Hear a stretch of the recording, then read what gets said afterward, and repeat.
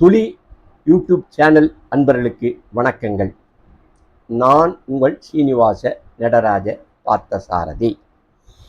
இப்போ நாம பார்க்க போற பதிவு திருமணத்திற்கு உண்டான ஒரு சிறப்பு பகுதி. நாம நார்மலா திருமணத்திற்கு பையனுக்கும் பொண்ணுக்கும் நட்சத்திரம் பார்த்து திருமணம் செய்யறது ஆண்டாண்டு காலம் தொடர்ந்து நடைபெற்று கொண்டிருக்கிறது. இந்த திருமணத்துல கூட சில குழப்பங்கள் நம்மளுக்கு விடை தெரியாமல் இருந்து கொண்டிருக்கிறது. என்ன மாதிரி குழப்பம்? ஒரே நட்சத்திரத்துல இருந்தா கல்யாணம் பண்ணிக்கலாமா? எந்தெந்த நட்சத்திரங்கள் ஒன்னா இருந்தா கல்யாணம் பண்ணிக்கலாம்? அதை தவிர தலைச்சனும் கல்யாணம் பண்ணிக்கலாமா? இப்படி சில விஷயங்களுக்கு விடை தெரியாமல் இருப்பதுண்டு. ஜோதிட ரீதியாக அதற்கும் சில வழிகளை சொல்லியிருக்கிறார்கள். அதை பார்ப்போம். ஒரே நட்சத்திரத்தில் இருப்பவர்கள் திருமணம் செய்யலாமா? செய்யலாம். அதில் 3 வகைகள் உண்டு. சில நட்சத்திரங்கள் உத்தம வகையை சேர்ந்தது.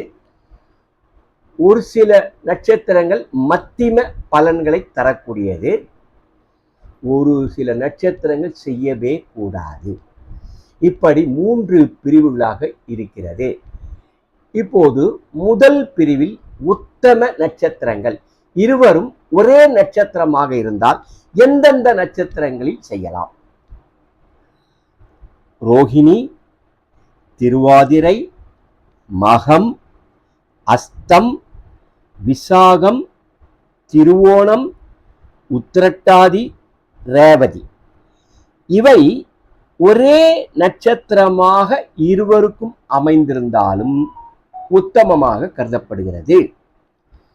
ஒருவேளை அரேஞ்சு மேரேஜா பண்ணாலும் இதை சாதகமாக பயன்படுத்திக் கொள்ளலாம், ஜாதகம் பார்த்துவிட்டு.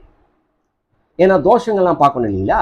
அதனால தோஷங்களும் பார்த்துவிட்டு ஒரே நட்சத்திரத்தில் இந்த நட்சத்திரம் இருந்தால் அவர்களை பரிசீலிக்கலாம். அடுத்ததாக சுமாரான நட்சத்திரங்கள், ஓரளவு பரவாயில்லை சேர்க்கலாம் அப்படின்னு சொல்லக்கூடிய நட்சத்திரங்கள் அஸ்வினி, கிருத்திகை, மிருகசீரிஷம், புனர்பூசம், பூசம், பூரம், உத்திரம், சித்திரை, அனுஷம், பூராடம்.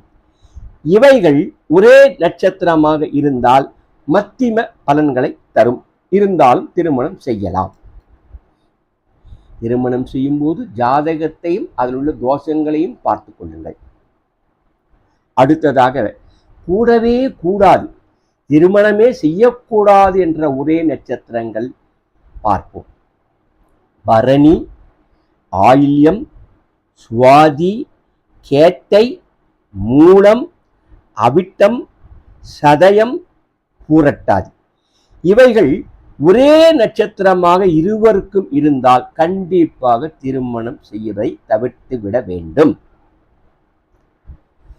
ஒருவேளை மேற்கூடிய நட்சத்திரங்களில் சேர்க்கலாம் என்ற பட்சத்தில் இருவருக்கும் ஒரே நட்சத்திரமாக செய்யக்கூடியதாக இருந்தாலும் பெண்ணின் நட்சத்திரத்தின் பாதத்தை விட ஆணின் நட்சத்திர பாதம் அடுத்ததாக இருந்தால் சிறப்பாக இருக்கும். உதாரணமா ரோகிணி நட்சத்திரம் 1ஆம் பாதம் பெண்ணுன்னு வச்சுங்களேன். அப்ப ஆணுடைய நட்சத்திரம் ரோகிணி 2ஆம் பாதம், 3ஆம் பாதம், 4ஆம் பாதம் இருக்கலாம். இது ஒரு சிறப்பு தகுதி. இதையும் நீங்கள் பரிசீலித்துக் கொள்ளலாம்.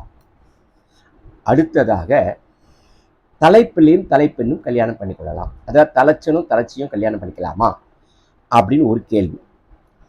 தலைப்பிள்ளை ஆணும் பெண்ணும் ஆணி மாதத்தில் பிறந்திருந்தாலும், 2 பேருமே பர்த் மந்த் ஆணி மாதமாக இருந்தாலும், கேட்டை நட்சத்திரத்தில் பிறந்திருந்தாலும் 2 பேருமே தலைப்பிள்ளை ஆணும் தலைப்பிள்ளை பெண்ணும் ஆணி மாதத்தில் திருமணம் செய்யக்கூடாது.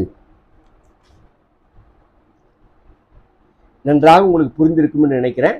அதனால இது ரொம்ப ரொம்ப யூஸ்ஃபுல் மெசேஜ். இதையும் நீங்கள் பெண்ணோ மாப்பிள்ளையோ பார்க்கும்போது இதையும் கருத்தில் கொண்டு செயல்பட வேண்டும் என்று உங்களை வேண்டி கேட்டுக்கொள்வது உங்கள் சீனிவாச நடராஜ பார்த்தசாரதி.